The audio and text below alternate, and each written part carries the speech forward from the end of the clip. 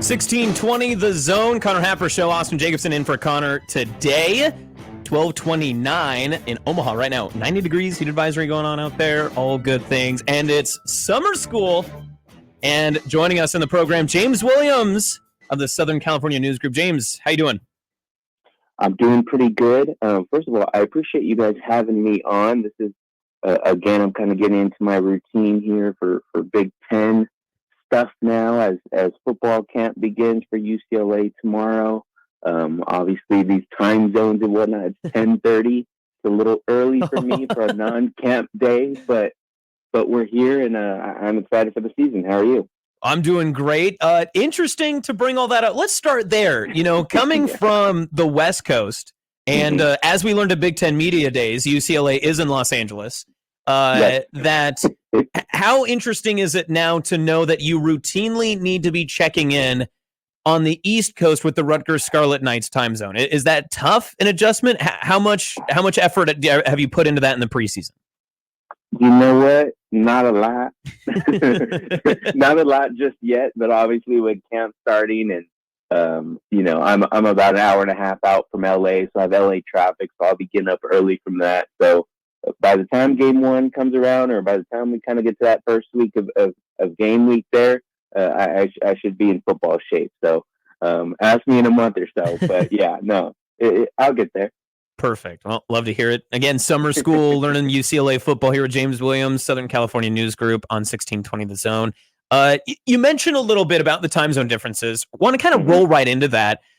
So many times in college football, and maybe not as true anymore, but especially a decade ago, we talked so much about how there were those regional differences, especially in the conferences, right? When Chip Kelly was running Oregon, you had all the widespread Pac-12 after dark. SEC football was big and lumbering and tough. Big Ten was cold and fullbacks. Do you feel like UCLA is ready to go through maybe some growing pains going into the Big Ten? Are they prepared for that change, or is it kind of keep the status quo going and we'll adjust on the fly? Yeah, I mean, I don't know how ready you can be for it until you kind of experience it, right? Like, I think you just kind of have to go for it. But at the same time, that doesn't mean it's going to come easy, right? And I think that was at least one of the early takeaways for the small group of guys and Coach Deshaun Foster when they went to the Big Ten Media Day, because it wasn't in LA around the corner how it had been most of the previous years, and then the last 2 years in Vegas, right? It wasn't just a quick trip. They had to take a business trip across the way a little bit. And, I mean, obviously that's a quick turnaround, all things considered, when it comes to media day. But I don't know. I mean, they're going to have to be ready for it, whether they like it or not. They signed up for it, and they're going to have to get used to it. But I think it's going to take some time to get adjusted. I mean, they're saying all the right things and saying they're ready for it. And obviously, Deshaun Foster has his kind of NFL background there as a player, and hitting the different time zones when needed during that NFL schedule. So at least for him, he's saying the right things and kind of has a better idea of what to expect compared to some of these other guys.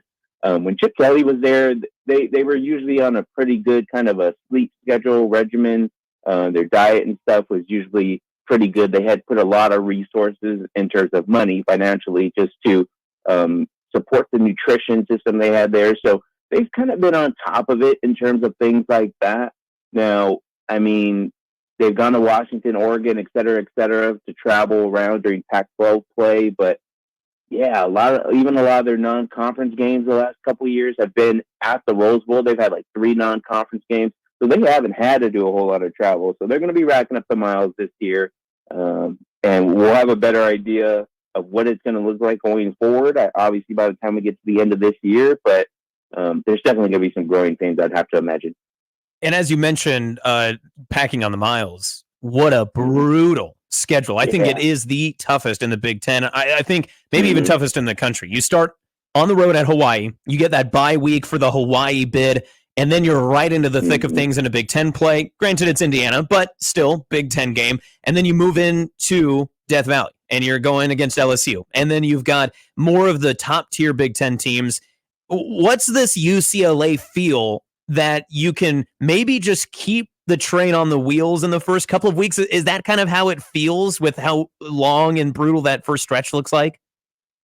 I mean, I would probably, I'd, it'd be a little bit easier for me to say yes if they weren't playing LSU, just because you don't know what's going to happen. I mean, the last time when LSU came to UCLA, it worked out nicely for the Bruins because they did get the win, and I guess it was a little bit of an upset, but overall ended up being a down year for LSU. But yeah, just that travel schedule is going to be kind of brutal. I mean, I kind of added up the mileage going there and back to a lot of these games, and it was pretty much added up to what would be a full trip around Earth. I had to like check that like 3 or 4 times. I'm like, there's just no way that's not possible. Wow. But yeah, it's like, I mean, you're literally like 300 miles difference between what this travel schedule is going to be and what a trip around Earth is. So that really kind of put into perspective for me. As someone who might be on a lot of these trips, you know, it was kind of alarming for me. But yeah, I mean, it's not going to be easy. I mean, it's interesting for UCLA again this year because they usually will knock out all 3 non-conference games at the beginning of the season. Again, like I just mentioned, they would usually have them at the Rose Bowl, so it wasn't a big deal. They weren't really traveling. They are hosting Fresno State at the end of the season. I think Fresno State has beat UCLA the last like 4 years in a row. So not 4 years in a row, but last 4 meetings in a row. So, I mean, that's not even a guaranteed game at this point. So, I mean, they should beat Hawaii, but after that, everything is kind of up for grabs in terms of non-conference and conference for the Bruins. Right. And, you know, going back in the preseason, earlier in the year, there was a hot minute where it looked like you might steal one off of Matt Rule's squad and take Nebraska defensive coordinator Tony White. Instead, it's Deshaun Foster. How is he ready for this moment? You mentioned there's a lot going against UCLA in their first year in the Big Ten, transitioning across, finding all these tough non-conference games. And of course, you have the first-year head coach in Deshaun Foster.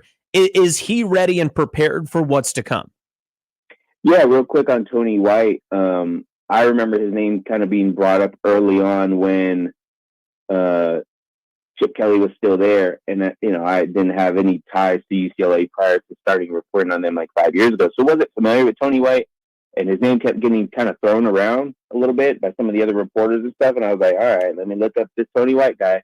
So became a little familiar with his name by the time Chip Kelly was out the door, so it was a strong possibility or strong candidate, but ended up not happening, obviously. For Deshaun Foster, as far as being ready, he's been with UCLA for the last 5, 6, 7 years, I believe, even prior to Chip Kelly being there, and has been a staple there just for that program in terms of kind of being on the younger end of things and being able to relate to the guys.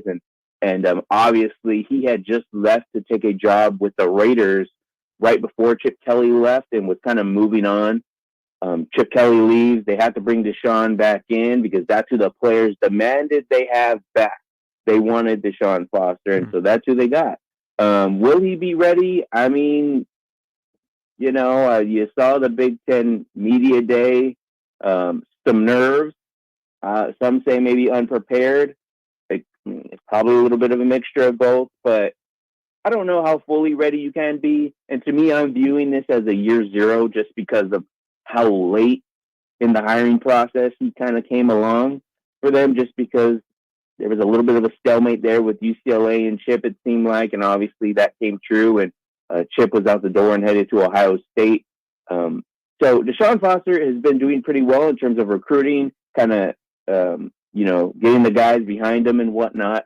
I think it's just a matter of they kind of needed those few months that they didn't get, like a lot of these other new coaches that got an early hire during the cycle. So I think Deshaun, obviously, is probably still playing a little bit of catch up in terms of that. And they probably put a lot of their resources towards recruiting early on. They do benefit from having a lot of guys returning to the roster this year, outside of guys like Luyatu Latu, who was the first defender drafted in the NFL draft by the Colts. So you do lose some guys, but you keep a majority of your roster there. And I think at least having some familiar faces will kind of keep things kind of intact and looking good, and they don't have to spend too much time there.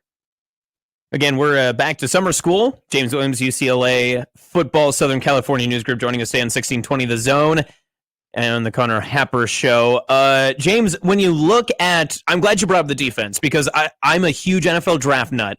I love watching the draft every year. It feels like there's always a UCLA defender that's talked about being a top 15 pick or a first-round pick or a guy that just sneaks into the back end. Is there a UCLA defender on this year's roster to be on the lookout for that could potentially be maybe that key piece for Foster's first defense? That's kind of interesting because, the last couple of years there's kind of been somebody. And I think maybe that might be part of the fun this year is trying to find out who that's going to be. Some names. The linebackers are pretty solid this year with Kane Medrano coming back. And then you also have Olufemi Oladipo, who transferred in from Cal prior to last year. I think those are two guys that have a chance to kind of make some noise as the top defenders there. Jalen Davies, a defensive back. I'm not even sure if he would enter the draft this year. I believe he's eligible, but Jalen Davies has been a little bit of a ball hawk for them since kind of taking over a starting role at some point last year. So those would kind of be the guys. Oh, the big one, how can I forget? Big Jay Toya there in the middle, someone who did explore the transfer portal very late into the spring camp process. During the middle of spring camp for UCLA, decides he's going to enter the portal and go visit the spring game at Texas. But Deshaun Foster was able to do enough there, and with the support of the NIL, able to bring Jay Toya back. Obviously, was kind of, I don't want to say lost in the shuffle a little bit, but wasn't getting his name mentioned as much when you had the Murphy twins and Liatu Latu there. But I think Jay Toya overall will actually be the defender to watch for UCLA this year. Talking offensively, too, I really like your quarterback. Everything I saw from Ethan Garbers I thought was actually pretty good when he was in. Injuries were an issue. Yeah. Can UCLA keep him upright for 12 games in this schedule and now joining the Big Ten? Yeah, it still needs to be proven, but they did kind of do enough to, I think, maybe overall upgrade the offensive line for those who are into the Pro Football Focus numbers and whatnot. It was kind of a pretty poor showing by some of the offensive linemen there last year. So they did make some moves to bring in some other guys, get some transfers in.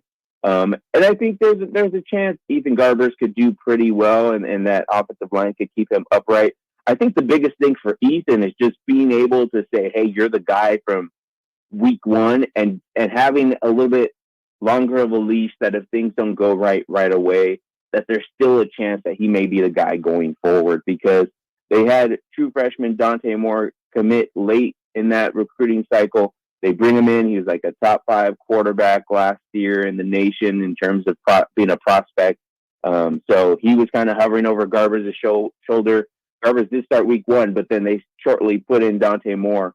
After that, you had Colin Schlee. He's at Virginia Tech now, if I'm not mistaken. So it was kind of a crowded quarterback room, and it wasn't really that fair of a shake for Ethan Garbers because I think Chip Kelly had to please a lot of people there. But Ethan Garbers is clearly the guy, and I think he'll have that confidence going into the year and not having anyone breathing down his neck. And, it will be the experienced guy they need him to be this year. And I think just having Eric Bieniemy will kind of not be the biggest challenge, but will be something that Ethan Garbers will have a true test in as he tries to learn that offense. Again, just everything was such a shorter notice than usual because once Foster was hired, then Bieniemy comes not long after.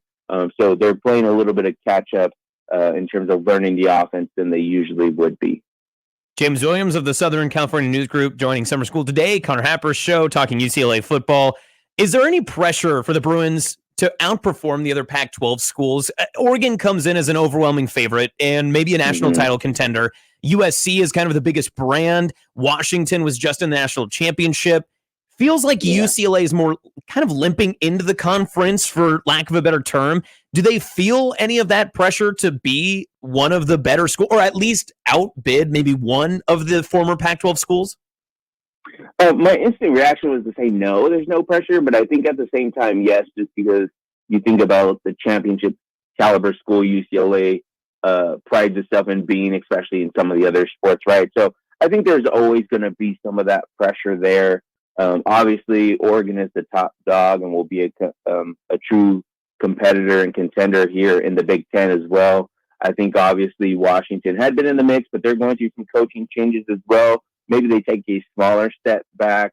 But I think obviously you want to beat USC, right? I think that's the biggest thing for them is they don't want to come up short against USC. And thankfully, I think for the Bruins, both that rivalry has kind of been, they've kind of been alternating wins here the last couple of years. So they're in the mix, and I think they want to win again over USC. They're playing them at the Rose Bowl this year, so they will have home field advantage.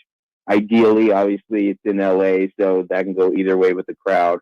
But I would think that's probably the biggest thing is you at the very least, I think, want to beat USC. But I think the expectations are high. I think even Deshaun Foster had said, just looking big picture at the Big Ten, he's looking to win games. If it's not, like 7 or 8 games that they're winning this year, it'll be a disappointment.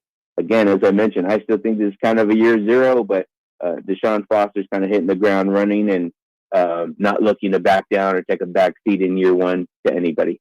James, appreciate your time talking with us on 1620 The Zone. November 2nd, UCLA is at Nebraska. Do you have a winter coat packed already? Did you already buy UCLA gear? What's your goal when you're coming to Lincoln? So, no, I have not. I've heard it enough times that I know I probably should be. And, that's on the to-do list. Just trying to get through training camp first. We'll see where the weight and stuff is at then, too, once I get into football shape, as I mentioned earlier. But we'll see. But I'll get a coach too. All right, perfect. That's what I'd love to hear. James Williams, Southern California News Group, joining us today. Thanks for being on the Connor Happer Show. Appreciate it, James. Thanks for having me. Hope to be back soon.